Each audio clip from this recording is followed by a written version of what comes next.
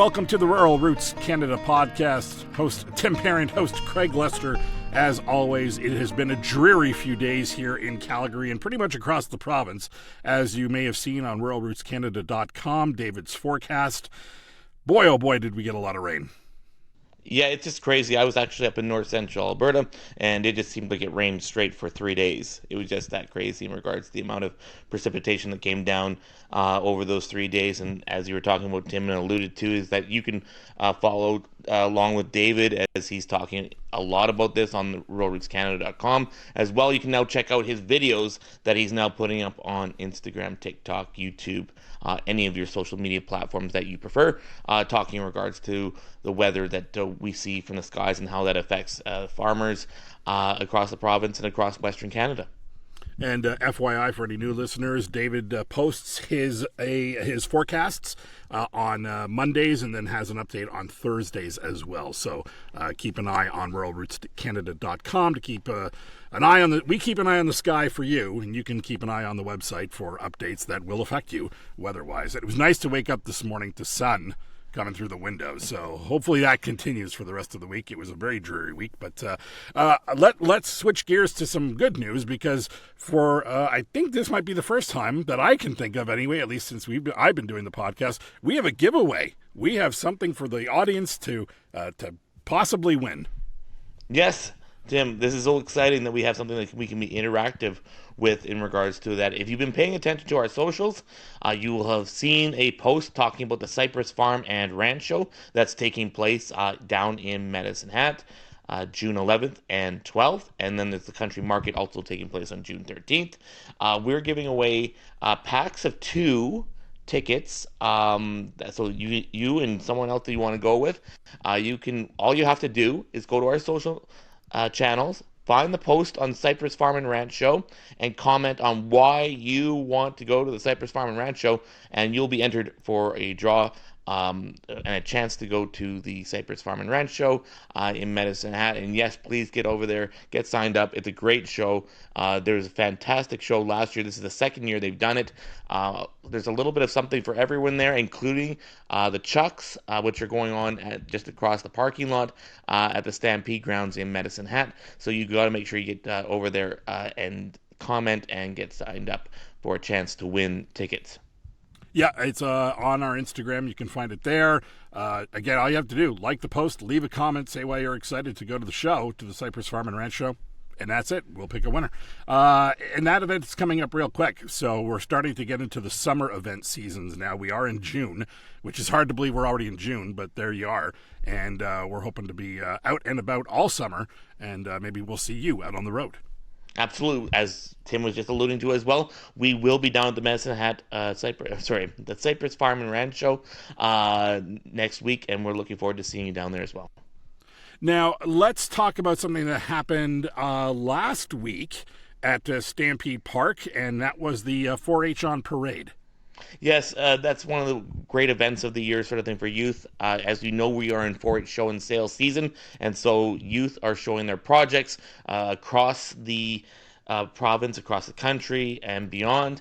And it's just always awesome to see the work that they're putting into it, and that ranges from everything from cattle to other livestock like sheep and lambs, small engine, archery, baking a cake, life skills. There's just so many different ways for people to enter in regards to the 4-H that they work on all year. These youth are very talented, and they're learning a lot of great skills that they can take with them in life. And, you know, the energy and excitement for what they're doing is always great.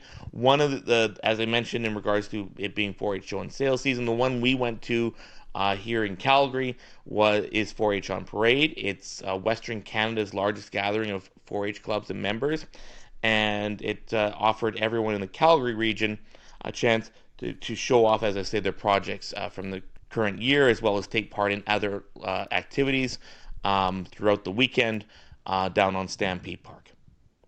So the nice thing about that is that Olivia Taylor and I had a chance to go down and talk to a lot of the youth, and Olivia managed to catch up with a few of these 4-H participants.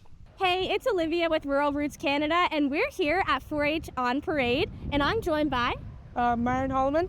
And Myron, what is your 4-H club that you're part of? I'm in the Longview 4-H Beef Club. How long have you been a member? This will be my second year in this club, but in total I've done 3 years in 4-H. Okay, and is this your first 4-H on parade? I've helped out at the last year, but only for one day. And you're competing though this year, aren't you? No, I'm still helping out my brother and friends, yeah. When do you plan to compete? Or do you plan to compete? I think maybe I'll compete maybe next year, hopefully. Oh, exciting. Tell me a little bit about your project. My steer? Yeah, tell me about your steer. His name was Mouse before I sold him. I sold him to this couple, I forget their names, but they donated them to the High River Hospital to be raffled off. Wow, that sounds awesome. And do you plan to do the same project next year? Yeah. Well, that is amazing. Well, have a great time with the rest of your weekend here. And hopefully maybe we'll see you next year competing. Yeah. Amazing. Thank you. Here at 4-H on Parade, joined by Mason Moore. And Mason, what 4-H club are you from? Longview 4-H. And how long have you been a 4-H member? I've been in 4-H for 4 years, but I've been in this club for 1 year. Okay.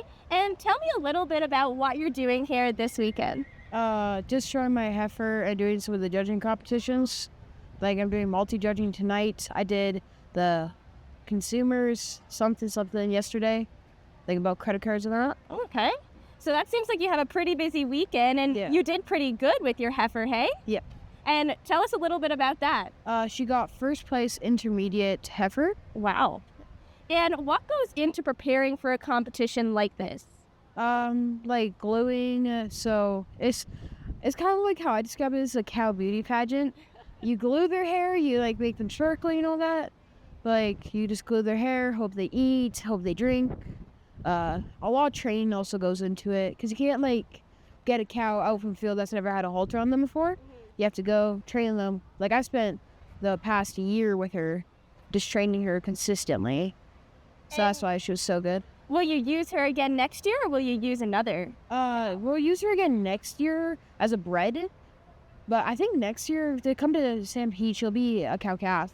Wow. Well, it sounds like you have some big plans ahead of you. Good luck with the rest of your weekend. Thank you. I'm joined by Sawyer, and what club are you from? Bow Valley, Beef and Moxie.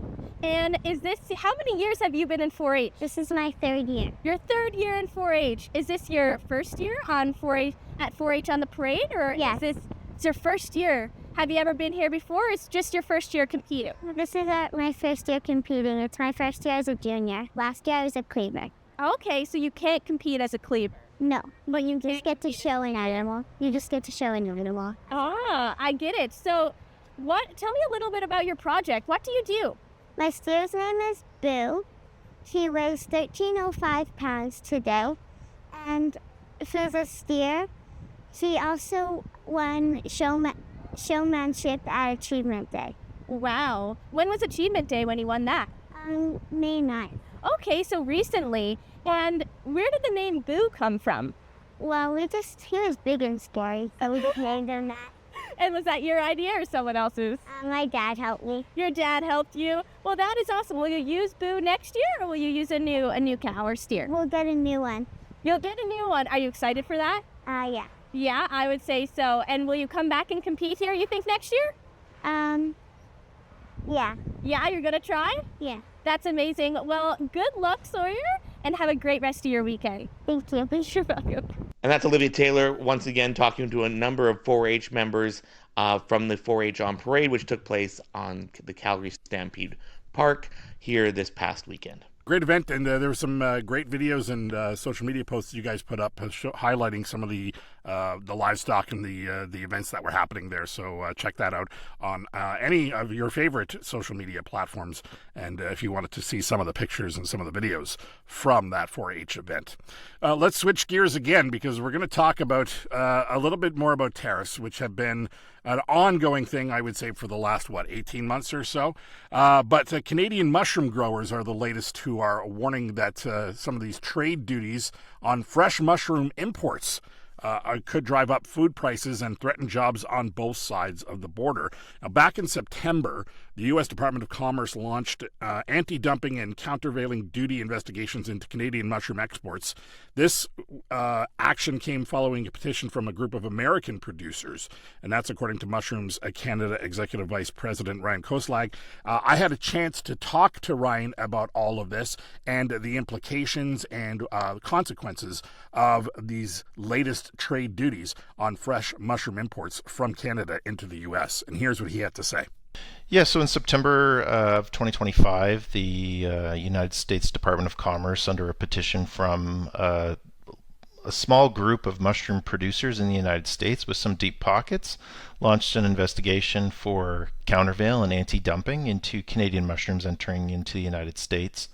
This kind of follows about 2.5 decades of growth and expansion of the Canadian mushroom industry into the U.S. and a lot of investment in capital and new technology and great production practices being brought over from the Netherlands, and as a result we've produced some really high quality mushrooms, and they've been highly desired into the United States, is our position.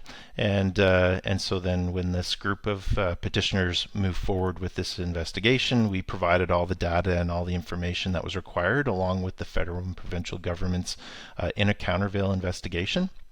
And as a result of receiving that data and reviewing it, the Department of Commerce initiated a duty on all fresh mushrooms entering the United States, and for the two main reasons that they identified were general farm tax exemptions and cash basis accounting. So these are two very broad-based and bizarre items to be listing for reasons of countervail duties, and mainly because they've never done it in the past, and the United States operates in the same practices of tax exemptions for their farmers, as well as operates in a cash basis accounting. And I'd argue that cash basis accounting is really a deferral of tax payments, not really receiving any kind of subsidies from government. And if you're not aware, a countervail investigation is an investigation on how much subsidies the government has provided a particular industry through government programs or payments or whatnot. And I would say because they haven't identified anything specific for mushrooms in Canada, they really scraped the bottom of the barrel and identified these two programs, which puts them in a risky position and puts the entire ag industry in Canada in a risky position, because we all receive general farm tax exemptions in agriculture, whether you're growing crops, raising cattle, or having mushrooms, growing mushrooms in this case. Looking at your release that you put out a couple of weeks ago with regards to the North American mushroom market and how it's been built on collaboration, how long have our two countries been working together when it comes to the mushroom market, and any examples of how you've worked together historically? Yeah, so every time Canadian mushroom enters the United States, it's actually levied to a program in the U.S. called the Mushroom Council, which takes that levy and uses it to promote the consumption of mushrooms and identify the nutritious value of mushrooms, and try to get mushrooms in school lunch programs or restaurants across the U.S. And so we've always had a person who's gone down and participated in that council, as it is a levy from Canadian mushrooms entering the U.S.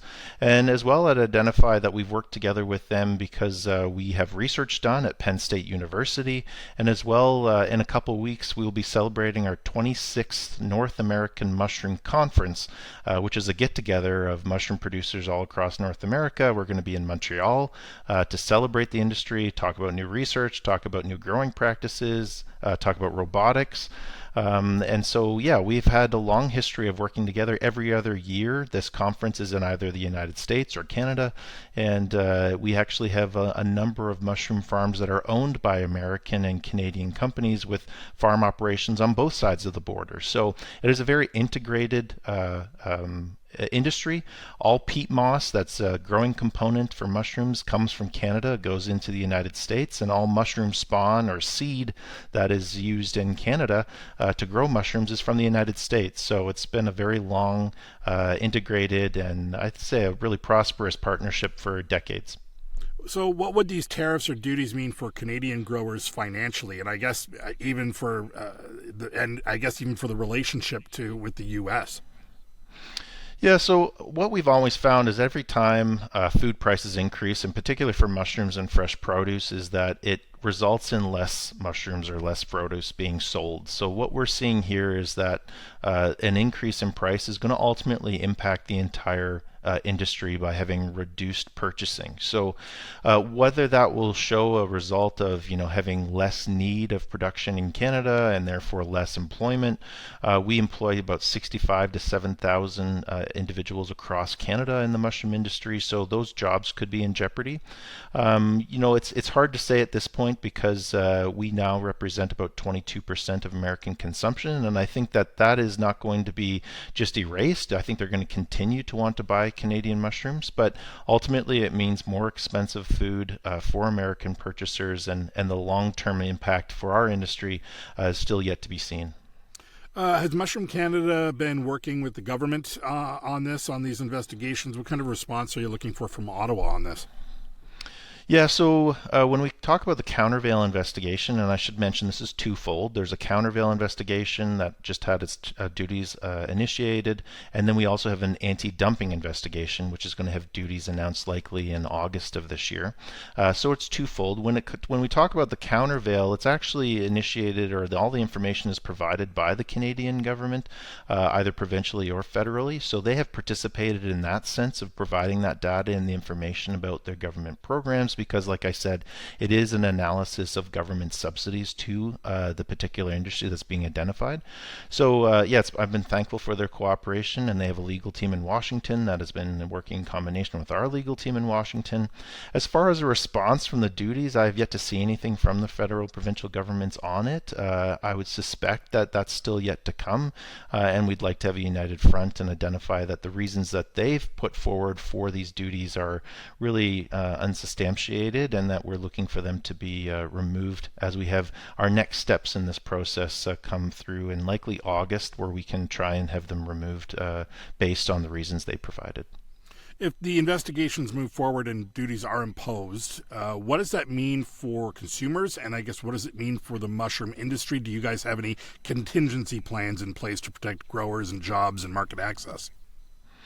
Yeah, so we talk about mushrooms in Canada as being a fresh market industry. So we don't do a lot of canning or frozen products. That's dominated by Chinese and European suppliers. So in Canada and the US, we really focus on fresh markets. So that's a 10-day shelf life. And so that's why we've been so integrated with the US with BC growers. We see a lot of those mushrooms going down the western seaboard into California and further south, and on the eastern side along the eastern seaboard or into central United States. So contingencies are difficult when we talk about that kind of a fresh market produce. And so what we're likely going to be seeing, like I mentioned, is more expensive food, more expensive mushrooms, and ultimately less purchasing, and the repercussions for that will impact Canada and the U.S. And then ultimately, as this investigation moves forward, I should also mention that identifying general farm tax exemptions and cash basis accounting puts the U.S. market at risk too, to be launched against other countries for countervail and anti-dumping petitions. So how that exposes the U.S. in the future depends on how they respond to our arguments later this summer. But ultimately, I think it puts them in a risky position too. And that was my conversation with Mushrooms Canada Executive Vice President Ryan Koeslag, talking about these the trade duties that the U.S. is looking to put on mushroom imports, what he called scraping the bottom of the barrel here. But there could be some long-term consequences, not just for the mushroom growers, but for the ag sector in general. All right, and speaking of agriculture and in general, let's talk about ag in the classroom. Olivia Taylor, our reporter here at Rural Roots Canada, had some conversations with ag in the classroom and some of what's happening with that initiative. Yes, and so there's a national initiative that she had a chance to chat about, sort of thing, and she talked to Mercedes Unwin, who is the manager of programs and resources for Ag in the Classroom. Fantastic interview that she did, but she put together this small feature highlighting this big award win for one class in Newfoundland.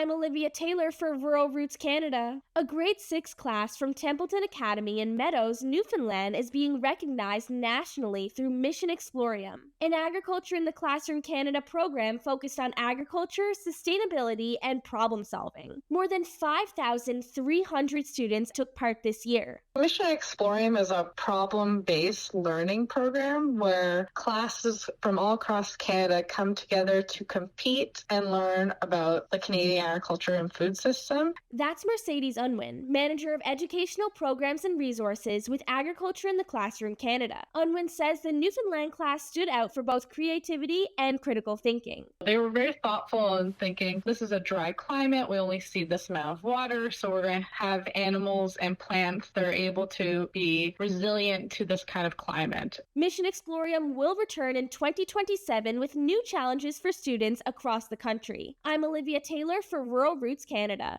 All right, thanks, Olivia. Great feature there. Agriculture in every classroom, inspiring students every year. It's such a great initiative, and let's keep that going. And kudos to that class from Newfoundland, the grade 6 class, big winners. So fantastic for them, and I hope it was a lot of fun for them. And certainly, it's like I said, it's such a great initiative, getting agriculture into our classrooms. We've talked about this on the podcast before about how when I was growing up, we didn't really have any of that, any kind of understanding of where our food came from. And certainly agriculture in the classroom aims to fix that and give kids an idea of just the food they're eating, where that comes from. Yeah, absolutely. It's fantastic, Tim. On that note, let's wrap things up on this edition of the Rural Roots Canada podcast. You can check out all of the details on all of the stories we talked about today. Head over to ruralrootscanada.com to check that out. Again, you can check out our forecasts from meteorologist David Spence on there as well. And certainly check us out on your favorite social media platform. And don't forget to sign up for a chance to win for the tickets to the Cypress Farm and Ranch Show. For Craig Lester, I'm Tim Parent. Thanks for listening.